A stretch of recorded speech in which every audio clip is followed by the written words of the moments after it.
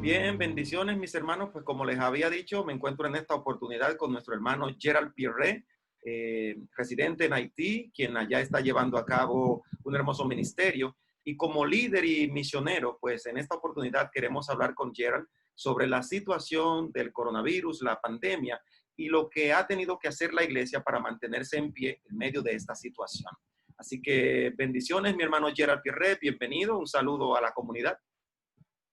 Bendiciones a todas las personas que nos va a ver este video. Estamos contentos de estar con ustedes esta noche para hablar, para charlar de las situaciones de COVID que afecta el mundo entero. También nos ha tocado vivirlo aquí, también en Haití. Perfecto. Y para entrar de lleno con esta situación, Gerald, ¿cuál es la realidad del COVID-19 y la pandemia en Haití ahora? ¿Cuál es la percepción que se siente en la población? Bueno, es algo, es difícil de explicar porque realmente para nosotros como países, se supone lo que supuestamente habían pronunciado, lo que iban a suceder, realmente no lo estamos viendo. Y es algo positivo para el país. Lo que habían proyectado, lo que iba a pasar con el COVID en Haití, realmente no lo estamos viviendo. Pero hay mucha pregunta en el aire, a pesar de que realmente, como hemos visto, ha afectado a muchos países cerca nuestro, pero todavía en Haití hay muchas preguntas que están en el aire sobre el COVID-19. ¿Tú me quieres dejar dicho como que habían pronosticado que la catástrofe iba a ser peor, que la situación iba a estar peor? Pero gracias a Dios, la situación ha sido preocupante, pero no tan catastrófica como la habían pintado al principio. ¿Es así?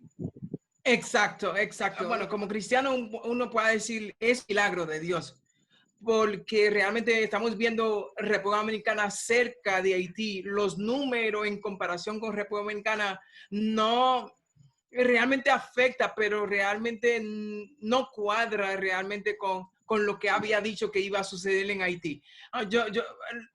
Es, yo creo que es algo, es un milagro en Gracias a cuanto a Dios. nuestra realidad sanitaria, en cuanto a nuestra realidad como educación, como pueblo. Creo que ha sido un milagro de parte de Dios.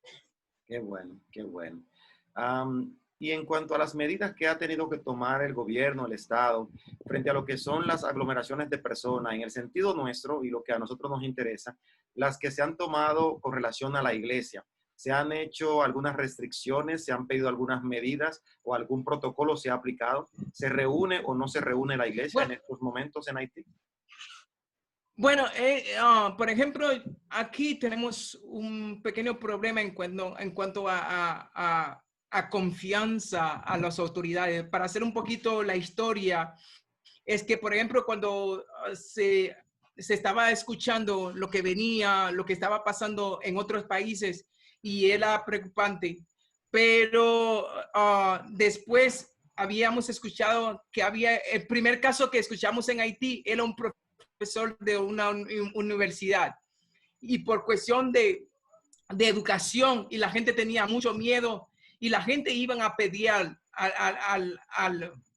profesor, pero resulta que él no tenía el COVID y de repente había anunciado la Organización de Salud, había prometido dar ayuda a los países que iban a enfrentar el COVID. Entonces, nuestro gobierno parece que había inventado que realmente había unos casos en Haití y desde entonces no hubo caso y más adelante que fue, sí, hubo caso en Haití, pero realmente no es mucho caso. Y de repente cuando ya el gobierno ha tomado medidas, por ejemplo, restricciones hay mucha gente junto y hay mucha, por ejemplo, hay muchas iglesias que no han percataron la idea porque realmente no había hecho de cerca, había tocado la pandemia como se había dicho, como se había pronosticado. Ok. En el caso de la iglesia a la que tú asistes, ¿se sigue reuniendo actualmente o no? Sí. Por ejemplo, hace como 2 meses ya había sentado con diferentes iglesias del gobierno, había dado carta verde que la gente podía reunirse, a pesar de que habían puesto cosas de que debemos utilizar las mascarillas, lavarse la mano, pero la iglesia está funcionando. ¿Crees tú que la pandemia en Haití ha provocado un enfriamiento en la iglesia o ha provocado que la iglesia se despierte y se active? ¿Ha provocado un despertar o ha provocado un letargo en la iglesia en Haití? Yo creo que para mí, en mi opinión, es que la pandemia nos enseña como iglesia que realmente necesitamos prepararnos. Amén. El mundo está avanzando y la iglesia necesita avanzar. Y eso es realmente lo que vi en la pandemia con la iglesia de Haití.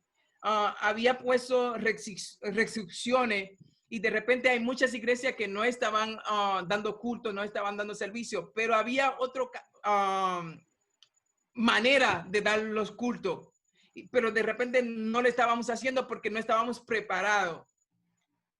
Y eso nos enseña, la iglesia en Haití necesita prepararse, necesita entrar dentro de la realidad que estamos viviendo en cuestión de prepararnos mucho mejor en cuanto a utilizar la tecnología para que la iglesia pueda seguir funcionando con ese dinamismo.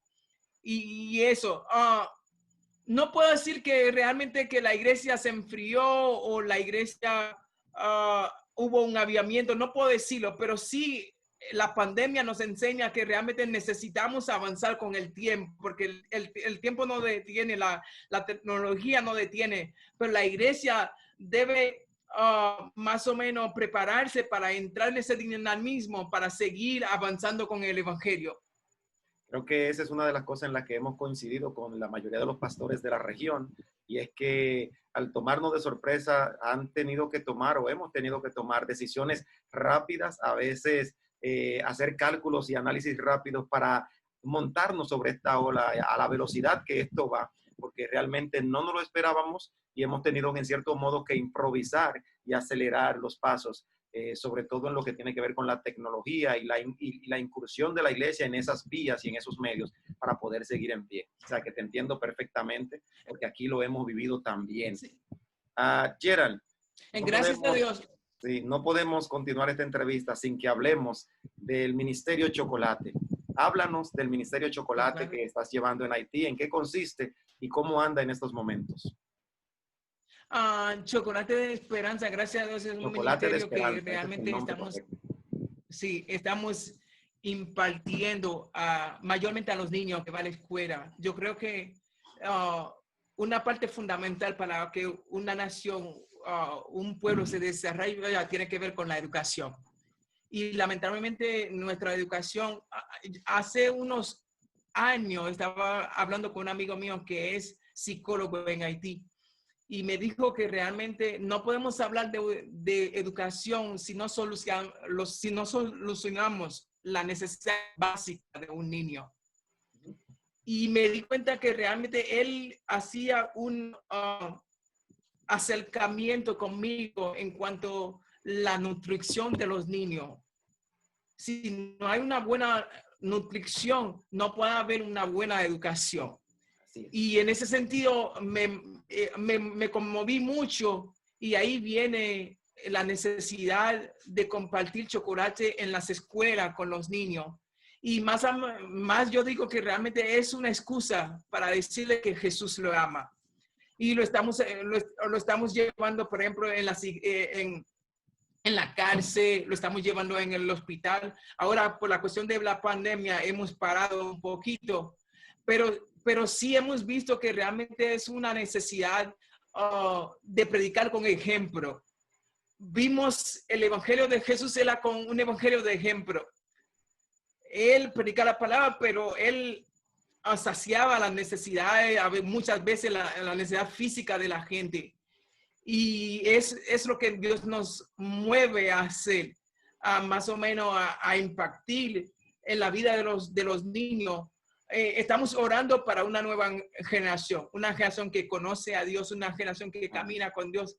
Y necesitamos trabajar en ese sentido para poder impartir o hacer impacto en la vida de los niños y que podamos tener una generación que conozca a Dios. Excelente, excelente.